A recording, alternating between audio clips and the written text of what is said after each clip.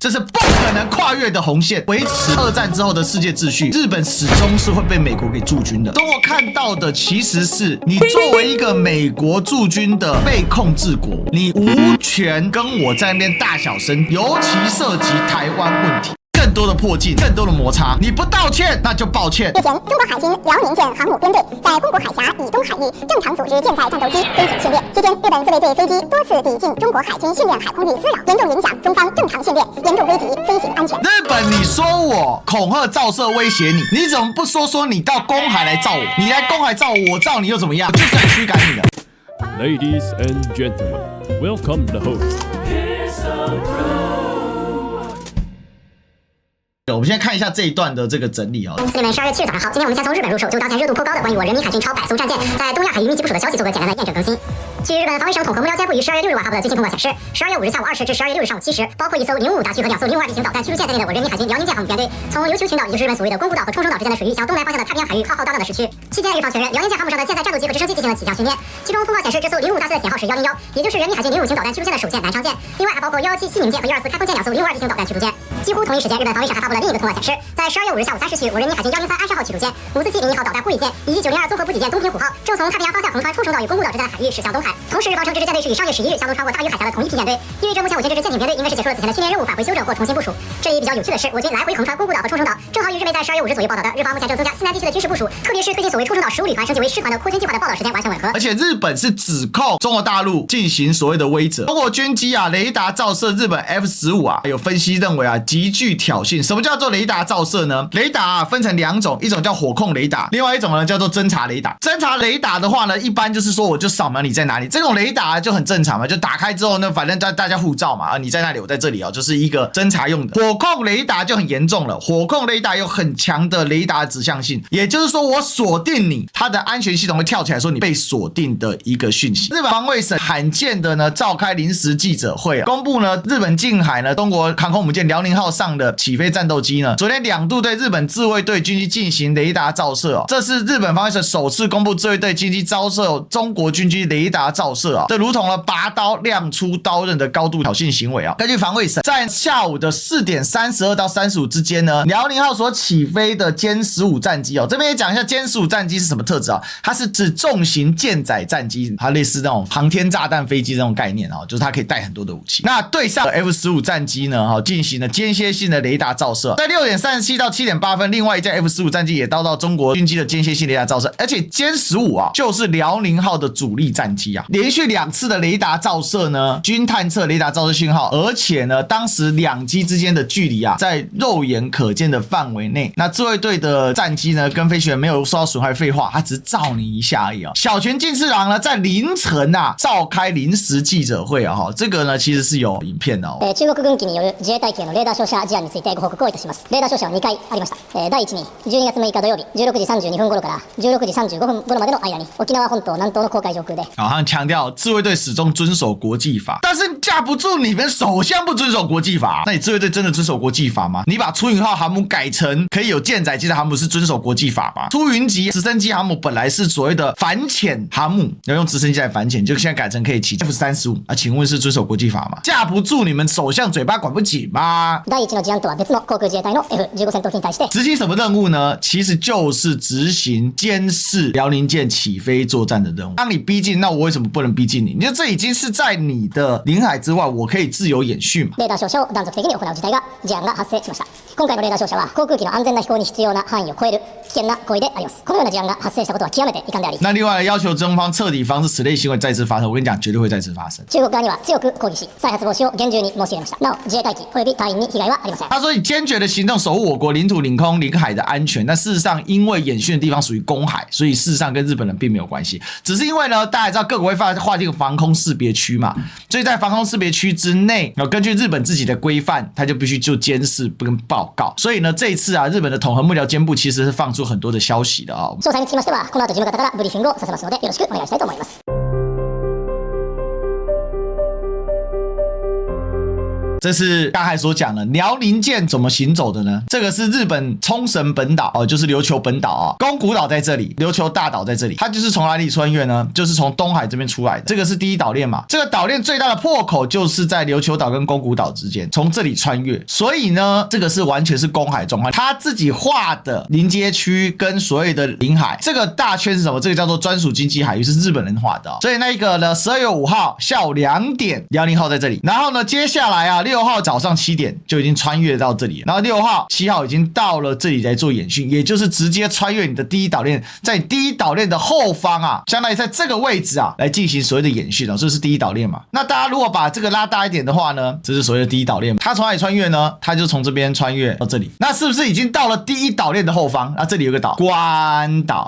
关岛属于马里亚纳群岛的系统啊，所以关岛在这里，这相当于什么？这个就是所谓的2岛链。其实关岛啊根本就没有形成岛链，因为这个岛太小，你要是锁住人家，你得先有岛吧？你这个岛那么稀疏，然后呢，你还想锁住人家，这是2岛链啊。沿着太平洋海板块跟菲律宾海板块之间呢，形成了所谓的第2岛链的逻辑，是这样来的。这上面都有一些小岛分布，最大的岛是帛琉，这里有一个科洛尼亚，这上面也有这个军事基地啊。然后呢，再到这里有没有到关岛？这是所谓第2岛链。第2岛链是根本锁不住人啊，它本来就是第1岛链的一个补充啊。它冲到这里来之后，事实上就是给你盯在这里嘛。那你说2岛链要支援吗？怎么支援？所以呢，讲到这里啊，就大家就了解到说啊，这一次日本为什么那么紧张呢？因为啊，把炸弹卡车都拿出来盯着你看。从这里来看，日本确实是紧张了，所以才有后续的提到说啊，日本那个强烈的抗议说，这是超出安全飞行所需的危险行为。间歇性的雷达照射也代表什么？你 F-15是来 watch me， 但是呢，我不是让你 watch 的，而且是你先不能休怪我不义。所以你看央视的回击非常强硬。中国人民解放军海军新闻发言人王学蒙表示，日前中国海军辽宁舰航母编队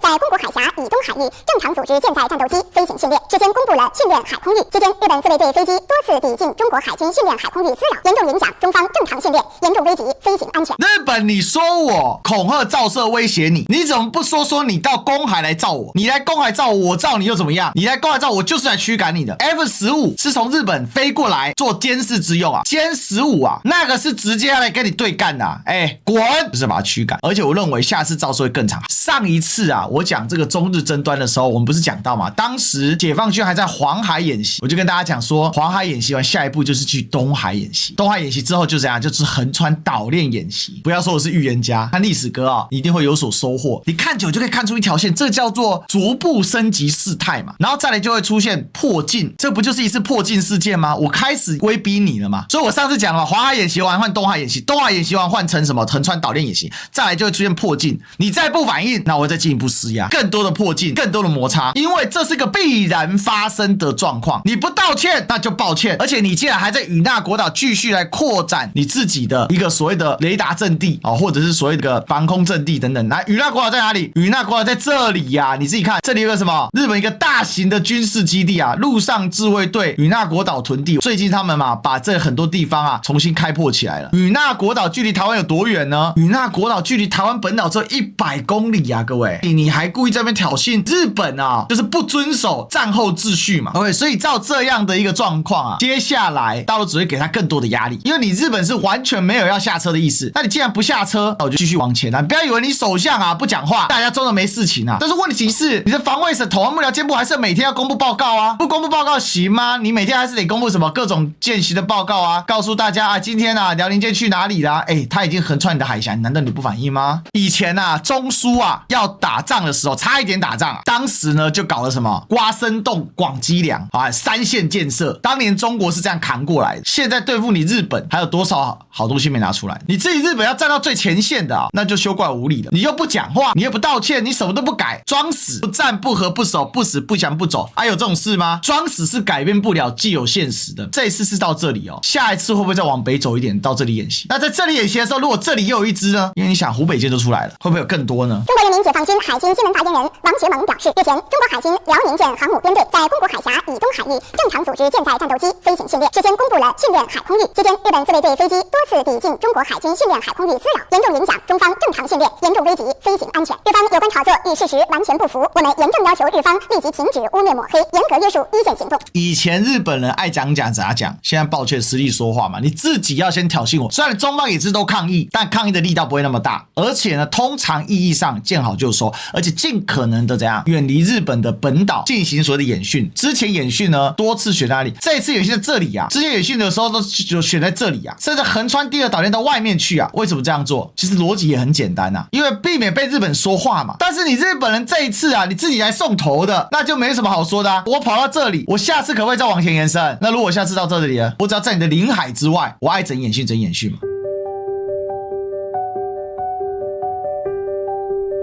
就在日本啊跟中国发生强烈争端冲突的时候，你知道有一个人很嗨，你知道吗？这是法国总统马克龙。马克龙呢，最近啊在中国大陆访问。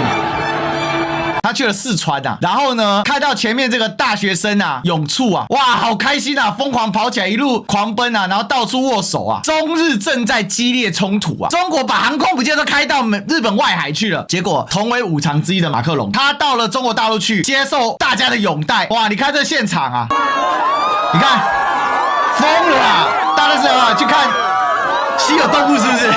所以我说这个世界正在改变，百艘战舰呢穿琉球演习，日本震动这件事情，日本觉得很孤单，望向西方，川普不说话，马克龙正在中国玩，被当成大熊猫一样展示，哇，到四川大学啊，万民涌动啊，各种奔跑狂奔啊，他是真的嗨啊！日本现在感受到什么？感受到孤单的压力，即便是绿媒啊，他在讲什么？中国动作愈加嚣张，日澳防长同意加强安全合作。好，我问一个问题啊，澳大利亚有什么军力啊？澳大利亚是连印尼都干不赢，他是要什么军力啊？澳洲只要敢派军舰去横穿印尼岛链，带着武装状态的话，印尼就把它拦截了啦。请看地缘政治，地缘政治解决一切烦恼。在日本，日本和澳洲离多远？这里有个达尔文港，达尔文港是什么？是澳洲北方的军舰的主要母港哦，也是当年呢这个盟军呢在澳洲最主要港。看到达尔文港到这个那霸哦，就到琉球就好了，直线哦，2000公里吗？不，4300公里啊，从南半球直接跨到北半球。你日本找澳洲做联合，你澳洲什么东东啊？而且澳洲还黄了法国一单，对不对？法国要帮你造潜艇，你不要加入这个 AUKUS。但 AUKUS 现在到底建了几艘船呢？上次啊，中国军舰呢055大区绕着澳洲走一圈，澳洲人一个屁都不敢放，所以这也就是陪日本人演戏啦，表表一下心意啦。毕竟啊，澳洲在南半球没什么对手嘛，除了印尼之外啊，基本上其他都是小兄弟嘛，都是一些在海上就非常小的国家，那怎么办呢？澳洲毕竟称为美国人在南半球的副警长，所以陪日本人演戏一下那是可以的。为了日本去得罪中国大陆，脑子有洞才会去做这种事啊！现在的澳洲政府又不是傻子，双方在推进一项合约的签订工作，该合约将在本年度财年至明年3月前完成啊，旨在为澳洲海军引进日本海上自卫队最上级护卫舰的升级版。所以其实这就是一项例行性的合约啦。也就是说，澳洲之前呢有引进日本的最上级护卫舰，那为什么要升级呢？废话啊，不升级难道放着它烂吗？当然不是嘛，肯定是要做升级的嘛。那目前他们引进的这个最上级，其实日本的科技军力还是可以的，但是问题这个船哦，虽然叫不错，那这个船能干嘛呢？看起来很大吨，对不对？它是什么？3900吨，满载是5500吨哦，长吨3800，我们就先算4000吨级的好不好？4000吨级的船舰，0055除以2啊，这船可以干什么？它的垂发有几个啊？2具8单元马克41垂发系统。什么垂发？就是这个导弹咻。那个这是海军真正的战力，因为现在都是超视距外作战，就说了我的飞弹一定不是看到你才按键吧？现在谁跟你按？你一定以为是大炮台时代啊？不是嘛？那么搞笑，所以谁垂发多谁就赢嘛。2具8单元马克41加起来16个垂发，那简直是侮辱人呐！055是12000吨级啊，万吨大区啊，来给你看一下，一艘055它就可以打它几艘了。不是说要炫耀或什么，我们在讲哦，问题从实处来，要从实处去。未来我们会讲更多在军武方面的内容，因为现在大陆正在把武器出海。8个单元的垂发有14个，总共前6式后式8，总共112个垂发单元。现在就是在比这个谁的垂发大啊！这船一看也知道比人家大多了。你自己看那个垂发那么多，而且呢还配备神盾啊。重点是体系化作战。所以我跟大家讲啊，很多事情反正不管绿媒怎么报啊，这重要吗？啊，就是找了一张图，然后让大家觉得说，哇，你看日本跟澳洲联手遏制中国啊，遏哪里？指哪里？我看自己现在饿死还差不多啊！大陆海警的万吨级的海警船啊，那你说，这个时候那川大统领不出来管秩序吗？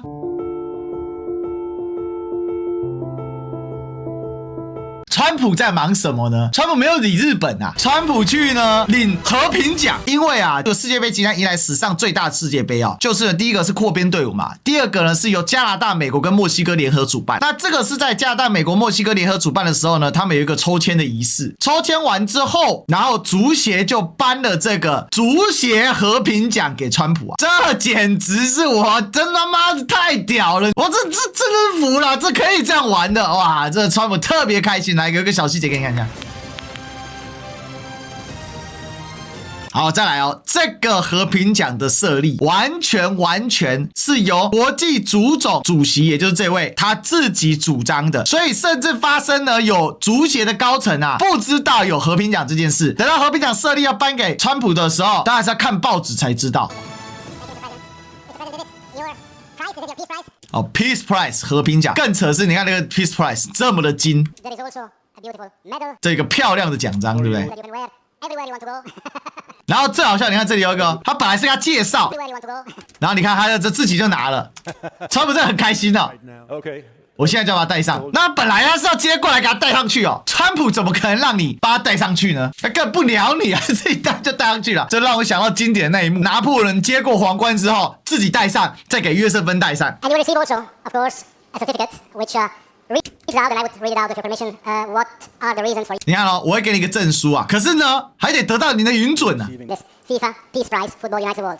So the FIFA Peace Prize is presented annually. 再来，这第一届，然后呢，整个设立有没有委员会都不知道，就1个月的时间就把它搞出来。 Who exemplifies an unwavering commitment to advancing peace and 世界就是这么魔幻。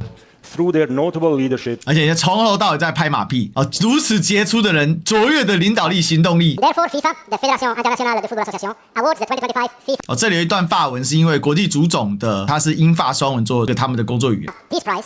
Football Unites the World to Donald J. Trump, President of the United States of America, in recognition of his exceptional and extraordinary actions to promote peace and unity around the world. 12月5号正式颁发，你就想隔壁中日闹成什么个样子了？其实我跟大家说啊，就是因为看到了，你看不管是法国或者是美国这样的一个态度，中国有不逼近日本的道理吗？有不压迫日本的道理吗？你的盟友根本就甩得远远的，根本没人在理你啊。那另外呢，还有一个更深刻的点是在这里啊，为什么这一段时间呢，日本坚持不道歉、不撤回言论？这个其实背后有日本国内政治的需求，那也有美国给日本的一些暗示。美国的鹰派依然不希望失去日本这个在东亚的桥头堡。事实上呢，中国也没有要美国撤出日本，因为这也不现实。如果要维持2战之后的世界秩序，日本始终是会被美国给驻军的，这个是一个很正常的状况。但中国看到的是什么呢？中国看到的其实是你作为一个美国驻军的一个被控制国或被支配国，你无权跟我在那边大小声，尤其涉及台湾问题，这是不可能跨越的红线。你要先了解到这一件事情，因为中国大陆看到了整个美国战略的后撤跟收缩。美国出版了最新的美国国家安全战略文件，这份文件里面呢，全力贯彻美国优先没有错，但是它是要恢复西半球的霸权地位。这份文件里面呢很长，但是你先看它的这个目录啊，第一个是什么 ？Instruction 啊，就是引言嘛。What is America's strategy？ 哦，我们的战略，美国的战略是什么？但最后你看呢 ，the strategy 啊 ，principles。主旨是什么啊？未来是什么？然后呢，它的分类里面有看到西方的氛围、亚洲、欧洲、中东、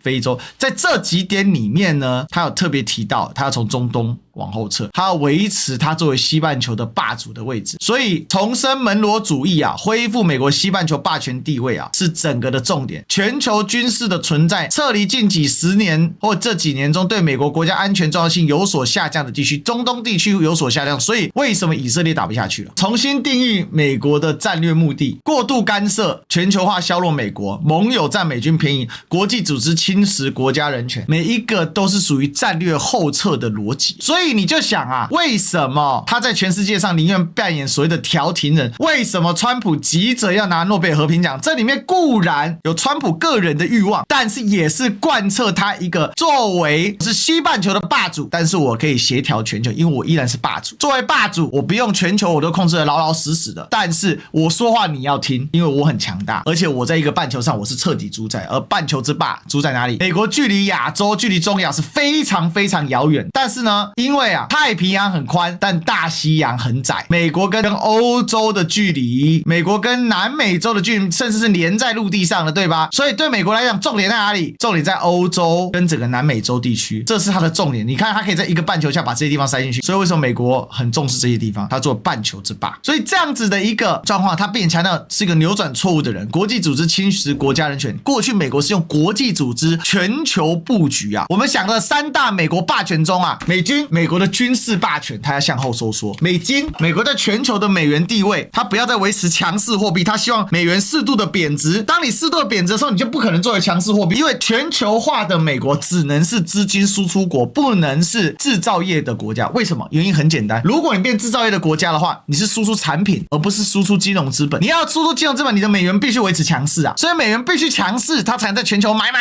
变成最大的市场。但一旦你开始搞制造业，你搞关税壁垒的时候，美元必然削弱。这是一个很简单的逻辑啊。他连美语都检讨，美语是透过什么来扩散的？我说的这个不是语言哦，是语言文化霸权，是透过国际组织扩散，不管哪一种 NGO 啊，比如说呢，他搞了很多的这种 NGO， 比如说 INF 啊这种，但有些在金融方面的，但是他在话语权的定调方面，所以川普这个是要全面后撤。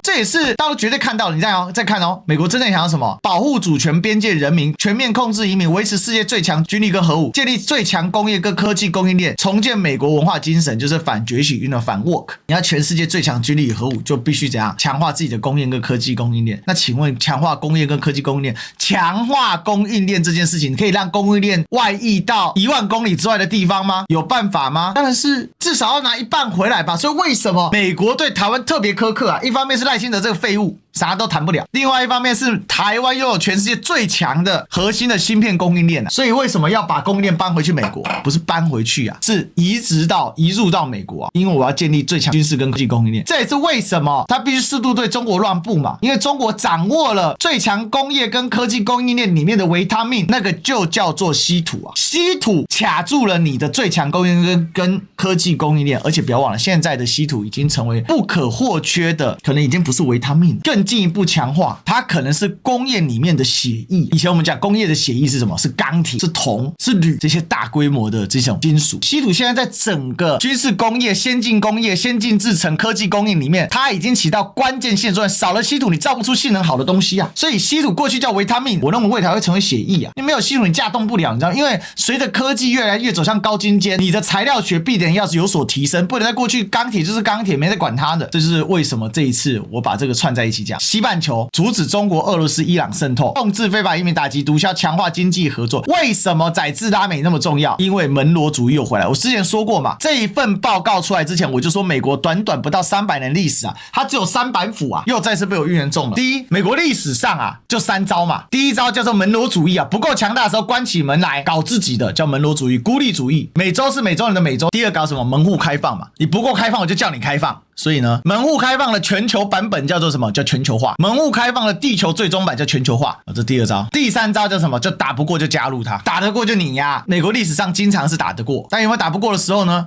也有啊。美国在19世纪的时候也不是一帆风顺的，是不是？还有什么？打不过苏联啊。当时苏联苏攻美守时代，美国怎么干？牺牲盟友拉拢中国。之前其实我跟王立本老师出过中苏交恶了嘛。打不赢苏联怎么办呢？越南打不赢怎么办呢？很简单，放弃盟友，拉拢他。拉拢谁？打不过中国就拉拢中国，打不过就加入。所以什么？联中制苏啊，这不是最经典的桥段吗？打不过中国，想要联俄制中，但俄国对他的威胁更大，因为打到欧洲门口了，所以呢就联中制苏嘛。那现在发现俄国碾压乌克兰怎么办呢？联俄制欧嘛。所以你看1战、2战我都先看风向，看完风向之后我就决定了，1战也不是第一时间加入，2战也不是第一时间加入。美国总是姗姗来迟，想要占有最大的利益，这是他们国家的常态，历史的常态是跑不了的嘛。那其实中国大陆看得很清楚啊，哇操，你搞 G2， 那这事情就好解决了，对吧？对，为什么刚才讲了那么多啊？很简单啊，事情一点都不难解，因为中国大陆已经看清楚美国的意图。如果要找全世界上啊最懂美国的智库啊，最懂美国的团队啊，除了美国自己之外，甚至可能超越美国自己，最懂川普的是谁？就在北京。北京的决策层是最懂美国人要什么，所以这也就是为什么这一次你看到当航母大咧咧的穿越了第一岛链，跑到九州的南部在演习之后，一定会到什么？到京都、到东京都有可能。这个时候我们却看不到美国对日本的积极反反应。日本好像好孤零零好可怜，搞了老半天之后，澳洲跟他假装回应一下。中国当然是不会跟美国搞 G2 啊，但是演戏总得演嘛，演的跟你像在搞 G2 嘛。所以为什么10月底提前见了川普？为什么明年4月要见，明年10月再见？然后呢，时隔1个月，在11月的时候就打电话？为什么 G2 跟 C+N 嘛？所以中美之间呢很明确，我也没有要叫你美国把军队撤出日本，反正你总能牢牢控制日本。